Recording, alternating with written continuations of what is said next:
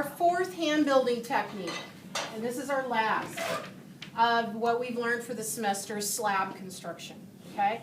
So some examples I brought out of slab work. You are going to do a geometric shape.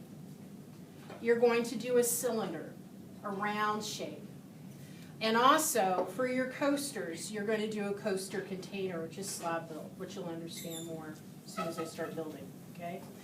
So, I have lots of examples. These are slab built boxes where they did a lid with these guys. So basically, when I start building, you'll kind of understand how they did that.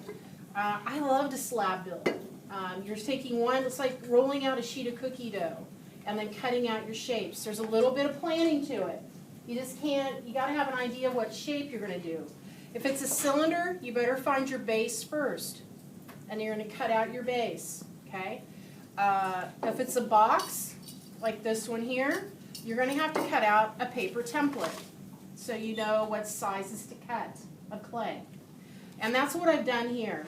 I'm trying to use this clay up. So when it comes to thickness of clay, use these thicker dowel rods that I have. Don't use the thinner ones.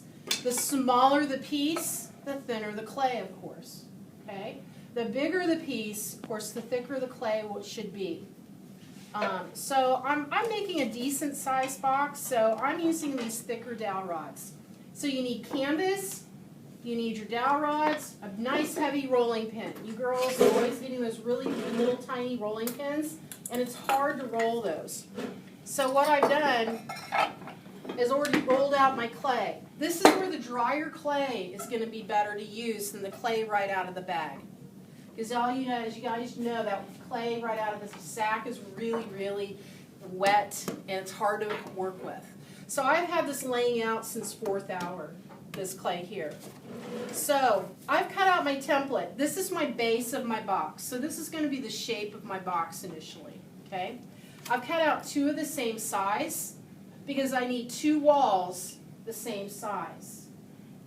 But once I get these 2 walls on, I'm going to be adding about 1/4 of an inch on each side. So I'm going to need a longer wall for the other 2 sides. So I cut out another template that's a bit longer. And I'll see after I get it built. So first thing, I'm trying to use as much of this clay as I can without having to roll out any more. Use a needle tool. Don't use an X-Acto knife. Straight up and down. Get a piece of plywood, or I'm using a cake stand to put my piece on as I'm working on it. And this clay is like superb to work with. So there's my base. So now I'm going to cut out 2 more walls for the 2 side walls that are going to be the same size.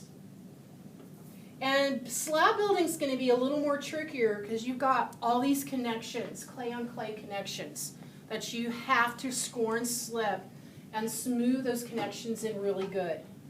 Otherwise, it's going to fall apart on you. I didn't cut that very good, but that's okay. And you just barely get 1 more wall out of this clay.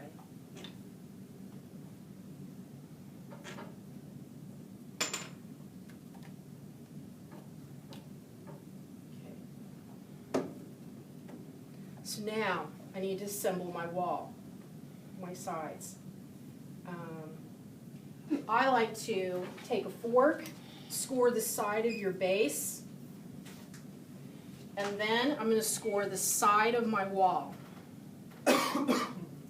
Really good. Then I'm going to slip it.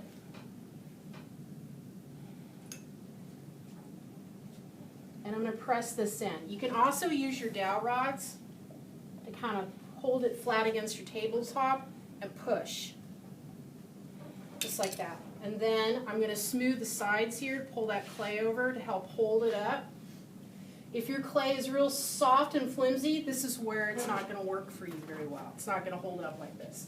This stand is actually way too small to work on for this size box. So I'm just going to get a piece of plywood so I can build it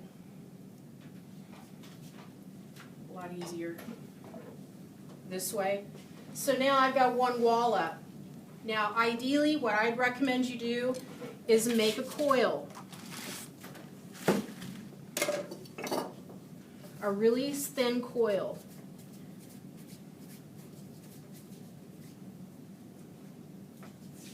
And I'm not scoring and slipping, but I'm going to put a coil in that joint. What's that doing? It's adding extra support. It's not holding it. It's adding extra support to my clay wall. So now I'm going to add my next wall. Same process. I'm going to score really well. I'm going to put this gnarly top on the, or this gnarly edge on the top. And then I'm going to score the side with my fork. Rough it up good. Slip it. Bless you. And do the same thing. I'm going to press this against it. This is a bigger box than I thought. Now the height of the box, I could have made my walls shorter just by cutting my paper template shorter.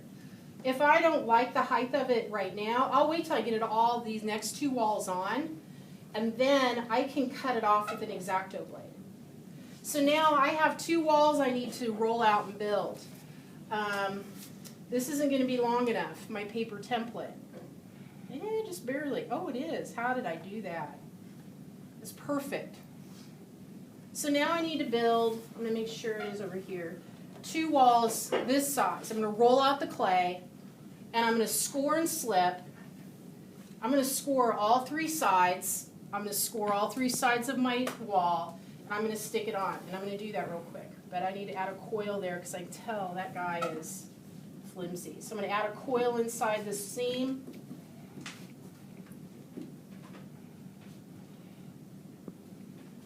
Take away the excess, kind of smooth it in good. No scoring and slippings needed.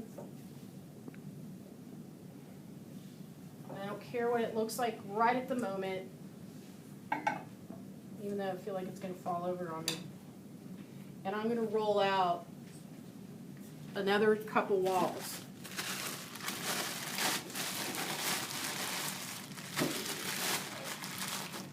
Is there a wire cutter over there, ladies?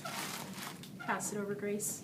Or I should say my cello string. Which isn't working very good.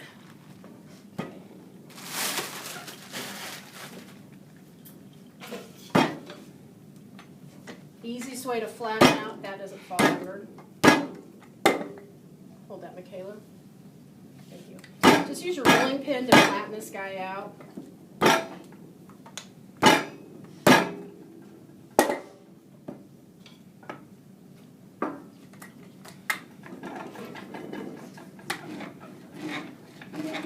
Use the heavier rolling pins, folks. Makes life a lot easier. I'm going to turn it because I want to get some width to my clay.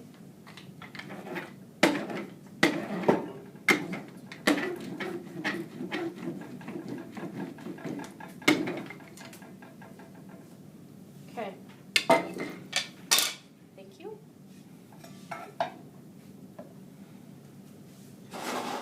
Make sure I have the right wall. I think I just grabbed the wrong template.